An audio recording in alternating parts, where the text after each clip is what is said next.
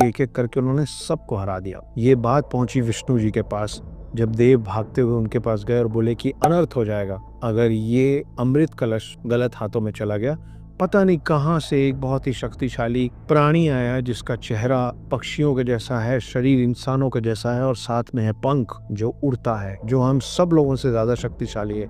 रोकिए उसको। विष्णु जी उतरे युद्ध में और गरुड़ और विष्णु जी के बीच में युद्ध हुआ। इस पूरे युद्ध के बीच में विष्णु जी को ये समझ में आया कि गरुड़ के हाथ में अमृत कलश है, मगर गरुड़ उसको खोल के उस कलश से अमृत ग्रहण नहीं कर रहा है, सिर्फ हाथ में पकड़ा हुआ है। तो फिर विष्णु जी ने उससे पूछा कि ये क्यों चुरा रहे हो, इसको लेके कहाँ जाने की कोशिश कर रहे हो, और जब अमृत कलश खुद तुम्हारे हाथ में है तो उसको ग्रहण क्यों नहीं कर लेते। तब गरुड़ ने पूरी बात, पूरी व्यथा बताई कि वो अपनी माँ को मुक्त कराने के लिए ले जाना चाहता है। विष्णु जी ने कहा कि ठीक है, मैं एक शर्त पे तुमको ये अमृत कलश ले जाने दूंगा। वो शर्त ये है कि अगर मैं तुमको अमृत कलश ले जाने देता हूँ तो अमृत कलश को जमीन पे पहुंचाने के बाद तुम हमेशा के लिए मेरे वाहन बन जाओगे, मेरे साथ रहोगे।